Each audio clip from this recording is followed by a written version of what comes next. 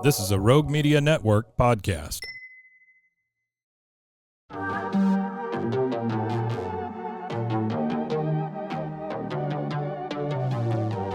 Hey y'all, I'm April. And I'm Caroline.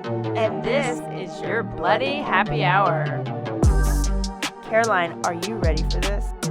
This is your newest guilty pleasure. It's the bloodiest part of your week. Did we say something about it also being happy hour? Show did. Because we about to be sipping on some murder. Bloody Happy Hour.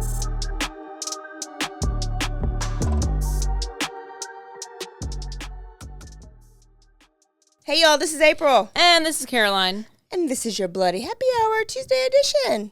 Quickie. Hello, Quickie. What's a quickie? It is just a real quick episode where we're going to tell you what's in the news and circle back to some of our old stories, which is exactly what I'm doing today. But first, we got two shout outs. Caroline is loving her Bloody Happy Hour cup. She was just talking about how it keeps her beverages so cold. So cold. It almost makes it into like a slushie. A slushie. Did you go to Sonic right before this? And also, I should save my story about it for Thursday's episode because this is a quickie, so there's no stories. Sorry. But also, we're drinking on some Blue Chair Bay rum. Shout out to Sweet Pea's best friend, Zeb, who later on could be an accomplice. So remember this name, too. Okay. Just Got joking. Got it down. Gave us some lime rum. So we took a quick break from tequila because this is free. Actually. And it's great. Yeah, quick break from tequila. Quick break from tequila. But his lime rum, and I just added a little bit of club soda with it, is so good, so refreshing, so limey. I love lime. Love lime. Lime. She loves some lime. So in the news right now is, I hate to even say her name again. Oh, God. Please don't tell me Sherry Papini or something. No, Sarah Boone. Oh, yes. And you know what? We're just going to beat this dead horse until we get to the very, very end. And she gets will sentenced, not stop. And then she's not going to stop again. And then we're just going to appeal, and it's going to be all the things. So you'll continue to hear about Sarah Boone. But remember the last time Caroline reported she is representing herself. What's it called? Per se? Yeah. Per se. Per se. And she is now complaining to the judge because she feels that she is very unprepared to represent herself due to the lack of internet that's in jail. I mean, what do you expect? You think you got just the best Wi-Fi and your own laptop? And I think you by law are supposed to have a library time. Yeah, but she wants like all the hours of all the days. At first she's like, I want a laptop, and then this, and then she's like, well, I tried to open it, and then I opened this folder, and then this folder, and then that folder, and then this thing didn't show up, so then I couldn't access this file, so now I need hard copies. When they originally offered her hard copies, and now she wants not the laptop, she wants the hard copies, but then the hard copies might get stolen from somebody because somebody in this jail cell might take the hard copies. She's oppositional at its finest. She also is asking for her trial to be media free, and because she says the media is exploiting her case for ratings and publicity, and she has her right to privacy. She has millions of fans. She has a right to privacy, Caroline. Okay, yeah, She's FERPA. Exactly. She has a right to privacy. You know what? The judge ruled that she did not meet the burden of proof, and Sarah, it will be there. You lost your right to privacy when you zipped up your boyfriend in the suitcase and left him to die. And laughed at him. And she's like literally dying to get her phone. She keeps requesting it. She's like, because they're going to have, they got to have discovery. That's what she's complaining about. She probably still hasn't even seen this video, has she? She saw it when she was interrogated by the police, and she didn't know it was on her phone because she got that drunk. She had all that wine, but she doesn't drink and she doesn't get drunk. She sounded like she was really slurring. The hearing is scheduled for September 3rd, and they have arranged for her to now see the evidence in person because for whatever reason, but she's not going to be able to touch any of it. There's going to be the evidence person there to police that. Yes, because the prosecution and the defense both have to be able to look at what is going to be like able to be presented in court. And she wanted that to be not public because she thinks that if it is public, which it shouldn't be public, but it's typically a lawyer, if you have one, knows how to ask about that and make it to where that's not like in front of the cameras and you can do like a private whatever. But she didn't want the jury to be tainted. I'm like, ma'am, everybody knows what you did. The more you speak out, the more you're hated. Yeah, and like so you're not going to get a fair trial. She said that she would have a good argument. Hold on, let me go back to it. Yeah, but she is just. And she's currently deciding what she wants to wear at her trial because the judge asked her and she said she wanted to wear skirts. After they had already discussed whether, because they were talking about if she's going to be cuffed or not. Yes, her ankles will her ankles, her hands will not. Because right now, when she's in these, when she's in these hearings, she's handcuffed. Yes. And so then she was requesting to not be handcuffed during her trial. And then they said, well, yeah, you can either be handcuffed or you can be like your ankles can be like chained to the floor, or you can have like basically like a shock collar, but on your leg. Yeah. And it's like at your calf, which means you need to be seated and wear pants. If you want to get up and move or barely walk a little bit, like you have to. Yeah. And so go ahead. Yeah. So she was like, I'm going to wear a skirt. And they're like, well, they'll be able to see your. Yeah. Like, well, they will be able to see your monitor or your thing and your shock collar. And she's like, it just like makes everything extra and she's like, can I, please, can you tell me if I can do this? Oh, please, can you tell me, I don't understand why I would have to wear blah, blah, blah. Like, just the way that she talks is cringe. Ted Bundy didn't have to. He got up, he walked around the court. I don't think I remember seeing not one chain on him, but maybe they learned their lesson during that time. What about the crazy dude? With the hair. Yes. I can't. And he walked around. I know. But he could have had a shock thing on. He might have, and it was covered up with pants. And maybe so did Ted Bundy. Before leaving, she did file a motion with the court requesting money to pay for a neuropsychologist as part of her defense. So she wants a full neuropsychological exam, ma'am. No, you don't. You do not want that truth coming out because they're not going to say you're psychotic. They're going to say you're a narcissist. Yes. And it's so not going to help you. I feel like this is where, like, maybe her attorneys maybe clash because they're like, we can bring in a psychologist, but they ain't going to say what you want them to say. They're going to say what they're diagnosing you with. Yes. And it's not that, I don't know what she even wants. She's trying to go for the battered spouse syndrome or whatever. Like, she's saying she's battered. Bitch, y'all both were battered. Y'all both beat y'all both beat each other up and like push each other around and send each other to prison or to jail. Yeah. So there's that. The Lacey Peterson special came out on Netflix yesterday, I believe, on the 14th. Oh my. And I think it's called The American Murder. Yep, American Murder, and it looks really good, and I actually did a refresher of the case, and I can see how he may end up getting a new trial. No, how? Just because the police basically from the beginning thought Scott Peterson did it, okay? Which he probably did, but they didn't follow any other leads. They didn't try to rule out anybody else, even though there were other things that came up that they should have ruled out. So, for example, at the time Lacey went missing and was allegedly walking her dog, there was a robbery right across the street. Could that have had something to do with it? There's also like 8 other missing pregnant women at the time. So pregnant women in that area were being targeted and bodies were, they were killed. They showed up dead. And so that people were alleging, like, could this have been a serial killer? but that did not come up in the trial. It was like kind of like a secret, I guess. Yeah. But now that they didn't present it to the lawyers. They did all this extra stuff. They didn't tell it to Scott Peterson's lawyers. Okay. So there was hiding evidence. So now it's coming out that all this evidence was hidden. So did he get a fair trial? Okay, well, what about Amber Fry? And then that's still in the vigil, good. And he's at the vigil talking about how much he misses her.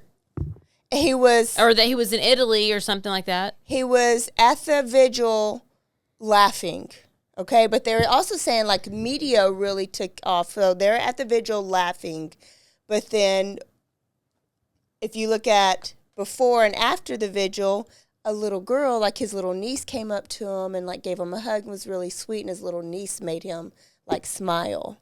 And it was like the best part of the vigil, but the media grabbed that smile and took it and ran with it. Yeah, I can see that. His hair had been dyed for a while, but they acted like it had just been dyed. And why did he dye it like that? It was awful. The money that he had on him when he was going, allegedly leaving, he didn't just withdraw it.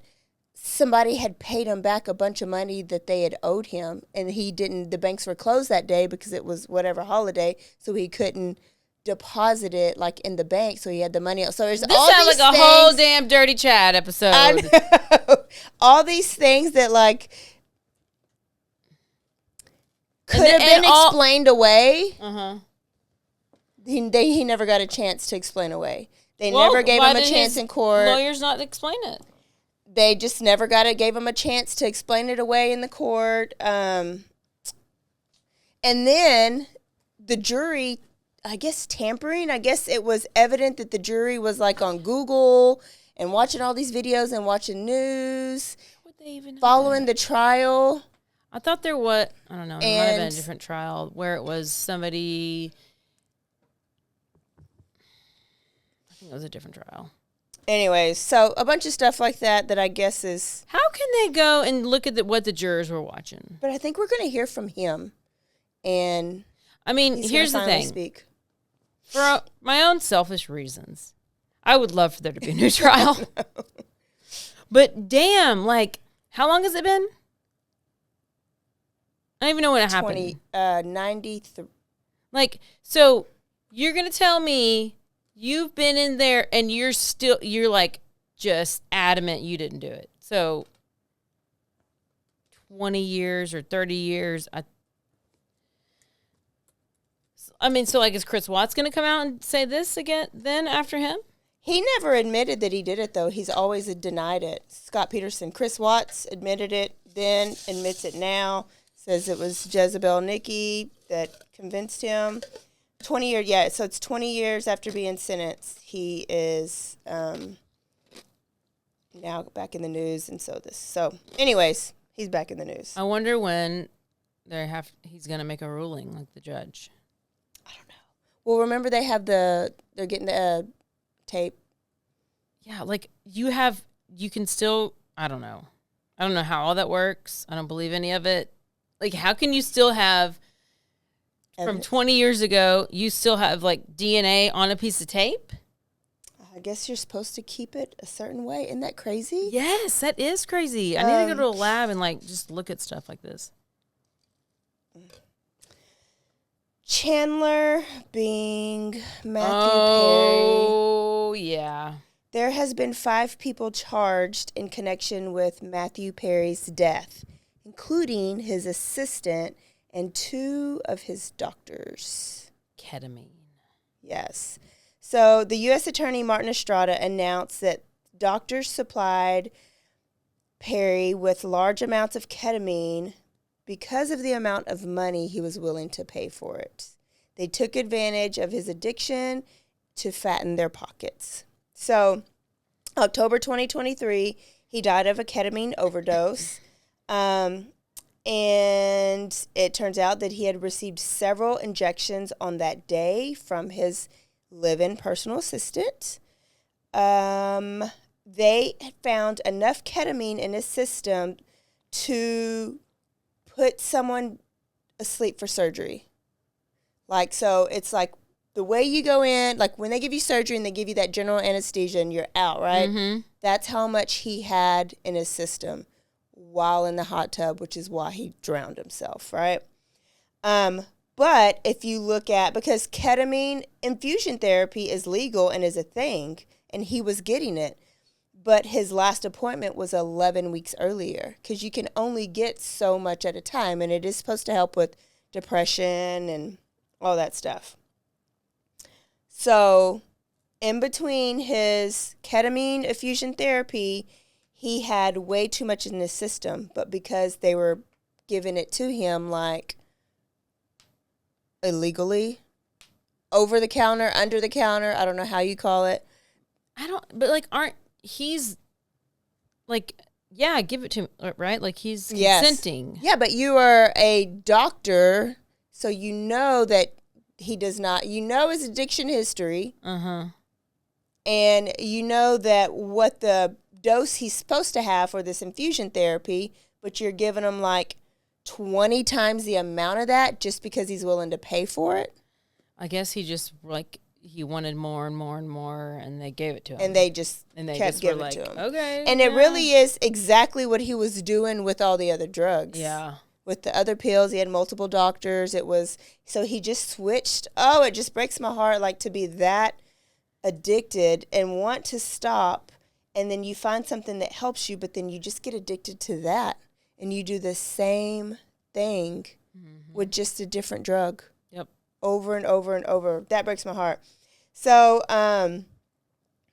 possible charges that they could get is distribution of a controlled substance, unlawful act. So an unlawful act that rose to a criminal negligence or recklessness, because it is negligent and it is recklessness that you kept prescribing this, or involuntary manslaughter and mail fraud because they were mailing it out to him. Oh, shit. And his assistant was injecting it with him to him, which his assistant was probably doing what he was asking her to do. She probably had no idea that, like, I just saw right now that 14 shots a day. Federal charges are coming For them? Yeah. Good. I don't know good. How is it? Maybe because they were doing it across state lines. I think that's how the feds get involved. If it's like one state, like if a multiple doctors, from multiple states. But like, why was it? Gosh, criminal charges where ketamine may have resulted in a death effects. Yeah. Okay. Well. So we have an escaped convict again. We've had a couple of those during our Bloody Happy Hour reign. Mm-hmm. Ramon Alston, 30 years old, escaped from a transport van while being taken to a medical facility Tuesday, August 14th in Hillsborough, North Carolina. So he was convicted on the Christmas Day murder. So in 2015, on Christmas Day, a one-year-old or 5-year-old, I think a 5-year-old, Malaya Williams, was shot. So he was in the car with 3 men where they opened fire, like assuming like a drive-by, and the little girl was outside playing. She was an innocent bystander and got hit by a stray bullet outside of her apartment on Christmas Day. Heartbreaking. In 2018, he was convicted for first-degree murder and sentenced to life. Now, there's no proof that he actually pulled the trigger, but you were in the car. And I think he was the only one that was actually brought charges. The other 2 men, never got charges brought against him. Mm-hmm. He was sentenced to life in prison. He had an appointment at a gastroenterology unit, gastroenterologist. And had an appointment, and so they were taking him in his van to there. And before he can get out to his appointment, he had somehow slipped his leg restraints off and jumped out of the van with his hand restraints still on, and because they have that chain around your waist, and it took to your handcuffs, and took off running into the woods. He gone. He's a runner. He's a track star. He's a runner. He ain't going that far because he's still chained. How do you get them chains off? Well, he's chained with his arms, so he ain't gonna be able to be very aerodynamic. But them legs are moving. Yep.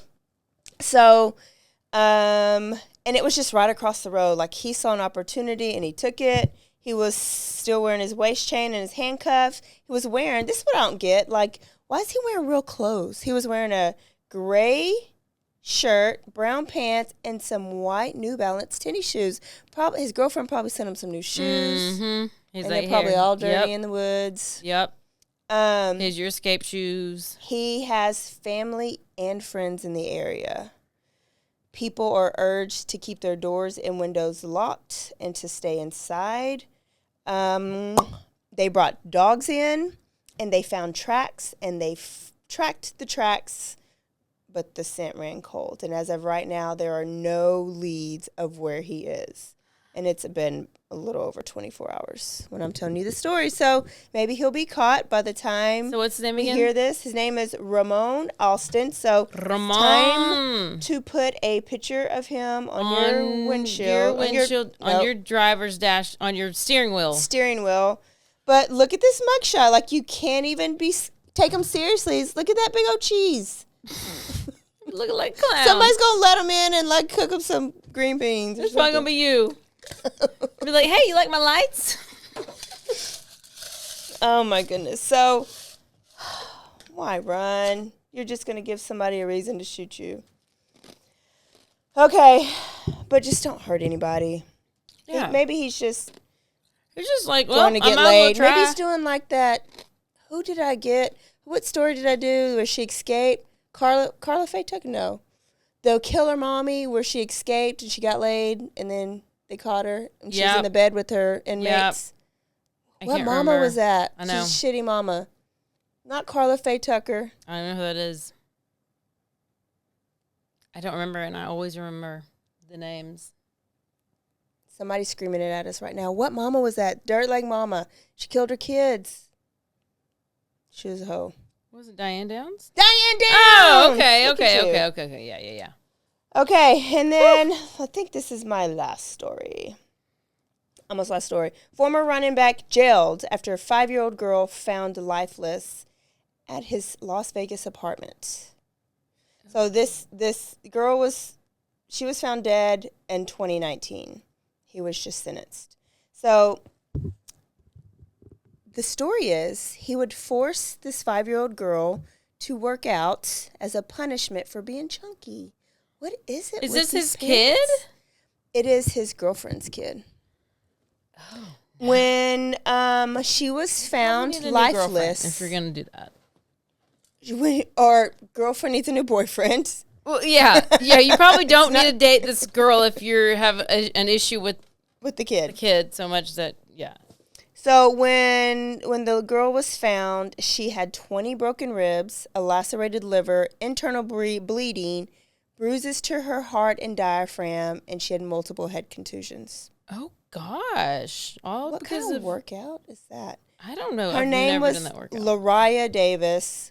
She was the daughter of his girlfriend named Amy Taylor, who also pled guilty to second-degree murder and child abuse charges because she admitted to sitting on top of the child while she disciplined her. Was he trying to make her, like, skinny? None of it has logic. I think it's all a lie. I'll tell you my theory in a minute. She said that Lariah did fall backwards a couple of times and hit her head when they made her do so many sit-ups. So I guess she's explaining away the head contusions. Yeah, if you made me do that many sit-ups, I would sit back and hit my head too. The football player's name Sierra Wood. So he confessed to making her run sprints and do sit-ups and do wall squats in the apartment, and he told police that he was trying to get her on the right path. Because she was so chunky at 5 years old. Oh my gosh, 5? Was she like... Who wants a scrawny-ass 5-year-old kid? Like, you want you want some little chubby cheeks. You know, I kind of take offense to that because I was kind of scrawny. And I was eating Swiss cake rolls and Doritos and pizza rolls and Hot Pockets and all the things.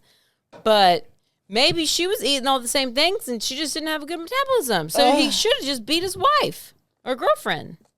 Sierra Wood went to Or maybe if she got 2 years older. Wasn't chunky. I didn't look at a picture. Yeah, maybe you change what she's eating and don't make her do wall sits. Maybe she's just But I think it's all a lie. Okay. Oh, you think it's a lie. Sierra went to Notre Dame and was drafted by the Houston Texans. He also played for the Patriots, Ravens, Seahawks, Bills, and then eventually went to the Canadian League. He pled guilty to second-degree murder, felony child abuse, and will be eligible for parole after 10 years.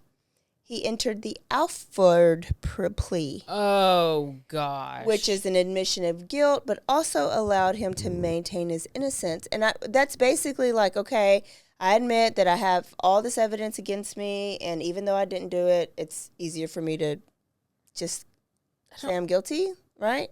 It's basically what it was, what Michael Peterson said, because he was never going to find the owl that killed his wife, so he might as well. The owl was never going to confess. The owl was never going to confess. So he might as well confess, because there's no way to get it from the owl. We need to run that episode back. Yeah, we do. So both got second degree murder. My issue is like, Mom, you co-signed on this? Even if it was workouts, like you thought this was okay? To me, that makes it so much worse. But I think it's all a lie. I think they whooped her ass and she ended up lifeless, because I don't give a shit how many sit-ups you do. You're not going to have 20 broken ribs and a lacerated liver. Lacerated river.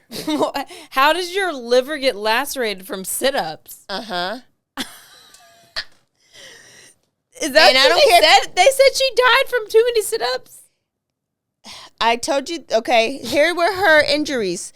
20 broken ribs, lacerated river. Oh, my God. Lacerated liver, internal bleeding, bruises to her heart and diaphragm. What exercise does that? Burpees. And We're multiple head contusions. Listen, that happens to me on a daily basis, so I don't know what you're talking about. This is not fake. They this is whooped real. her ass. Sometimes when I'm doing burpees, I knock my head on the ground, and then I go and I do a burpee sit-up crunch, and then I have another contusion. And then you have broken ribs and a lacerated liver? Yes, because I'm breathing so hard, and then I start drinking. So Can you say lacerated liver? Yes, lacerated liver, lacerated liver, lacerated liver. It's impossible for me. I cannot do it. I'm not saying it anymore. Okay, so there's that. I think they just whooped their ass. They're going to jail, but only for about 10 years. And I don't think they'll probably go to jail for like 3 days, and then they'll be out. Yeah, and 10 years is, well, I don't know how much they got total, but that was a horrible story. That was. And even if they did, I don't understand. It's like the third story we've talked about with these parents making these little kids work out so hard that they die. Remember the Nancy Grace and the daddy story? Yes, what do you... The treadmill dad. Like, what? There's nothing wrong with making a kid be active. Be active, but like, just because you hate yourself doesn't mean you have to, like, express your hatred towards yourself and put it on your kids. On your kids. Just don't have kids, or don't date somebody with kids. Ugh. And then what's her excuse? He could probably say, oh, I probably got CTE. But what's yours? Amy Taylor, whatever your name is? I guess he just got that. What's the mama's excuse for letting that happen? I guess she's, hypnotized. I hate it. I don't know. People are terrible, and that's all I have to say about that. Last one is kind of a semi-happy one. Is a 50-year-old cold case has been closed, and a family gets a little bit of peace. Oh my gosh, 50 years? August 3rd, 1973, Martha Smith Helmick of Bridgewater, Virginia, was last seen with her sister Flora and family friend John Keaton. They were on their way to a family reunion in Kentucky. So John was driving.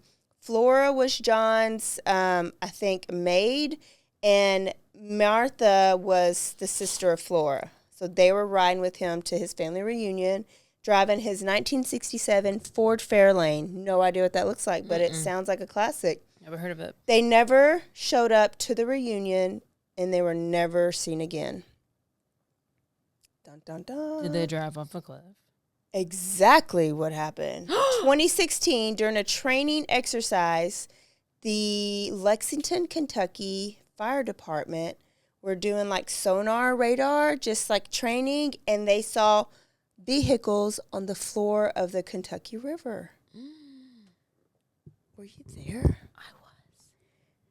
And they started pulling them out of the river, and a bunch of them were stolen because you could still like run the VIN. A bunch of them were stolen, but this one was so old they couldn't get any identification from it. And when they took it to the lot, they sifted through it and they found bones. One of the bones was a foot bone, and it still had stockings wrapped around the bone with fishing string. They were trying to catch the fish, and they were trying to catch the leg almost. What? That's what that means. 7 years old? That's what that means. Wait a second. So the sock was still on the leg? Pantyhose. Yeah. It was a bone, a foot bone, and it was pantyhose. That like is a little bit of a leg bone. Listen, if this is the kind of horror movie I want to see, like this is kind of like that's scary. And then there was a little old purse that was still in the car, and so this fire chief was they just found one leg. Or they only found a couple of bones. Like it was. I would think bones have been swept away. Mm-hmm. But maybe because I don't know. Well, and then I was like, was the windows open? I mean, this was 50 years. 50. Were the windows still like up? So they found these in 2016. The car was decayed, like so decayed when they were taking it out, it like felt like broken half, where they did take it out in two pieces. So the story is they all went missing together, and they ran off some cliff or some bridge and went into the water. But then I was like, where are the other two people? Did they kill her and run away together? It's where my first mind went. But then I was like, their bones are probably just in the river. And did they use that one bone with the stocking to get DNA to match to the person, to the friend? That just came back. So and then they're like, oh my God, they were on the way to the family reunion. Yes. And they all threw it missing. Well, first he was DTF. He was like, somebody's family needs some answers. And it was so decayed that they knew it was going to be, and like it'd been in the water so long, they knew it was going to be hard to extract DNA. So he started looking up cold cases and cold cases and cold cases. So he found... he had a lot of time. He was dedicated to the cause. DTF. Which, this was how many years ago? 8 years ago? When they found it. And so it's just now all coming together right now. That's how long it took. Was it right math? Yeah. But he found this case, and he called one of the family members, and they were like... Yes, we remember the day. We remember exactly what they were wearing. We remember the purse. So when they pulled out the purse kind of matched it. The car matched it. So the story matched it. They just had to match DNA. But the only relative that was close, that was still alive, was like distant cousins. But finally, positively identified. And he himself drove the remains to Virginia so that Martha Smith can be buried next to her husband. Oh. But listen, It was just she was already stocking like in her 90. leg. She was already like 90-something years old, like when she went missing. So she would be like 100. Oh my gosh. They went missing when they were really old. Oh no! But they didn't have any kids, so their extended family were missing them. Or they were swingers. Turns out they're swingers. I don't know what kind of triangle this was, but it's okay. We're glad they're found, even if they were swingers, because we don't kink shame here. No. Mm-mm. They have answers. No, they have answers. Okay. Matters. There's my quickie. We'll see y'all next week for a full episode. Don't forget to stay aware, stay alive, and always be DTF. Bye. That is the story She about doesn't need the to get famous out. TikTok killer Isabella Guzman. I think she needs to go to jail. I do too. Real jail. Good story. Never heard of it. I've never even seen her on TikTok. I thought, well, because I think it was from such a long time ago, like 2013, I think I said. What? TikTok wasn't even born then. Well, shit, maybe it's 2023 then. But, oh, maybe that was when she was born. But I do know that I had to look to see if I had covered this case because I'd seen that and I've heard about the case before, and I was like, did one of us tell the story? Because I can't keep up. Never heard of it. So but there's I'm a lot of glad. different TikTok ones that I've seen, but I've never heard of that one. Yeah. Love it, love it, love it. And there's your second episode of a kid going crazy and killing a parent or two. Yeah. Just because they're, for no reason. A good parent. Killing For no- good parents. Yeah. Yeah. I hate it. Okay. Well, take a drink, and we will see y'all next week for a whole new week of Bloody Happy Hour. Send this episode to a friend and tell them to listen was to some in more 2013. episodes. Okay. So then TikTok just got a hold of it late. Or the trial. Maybe the trial was later. True. Don't forget to Stay aware. stay alive. And always be DTF. Bye, y'all. Goodbye.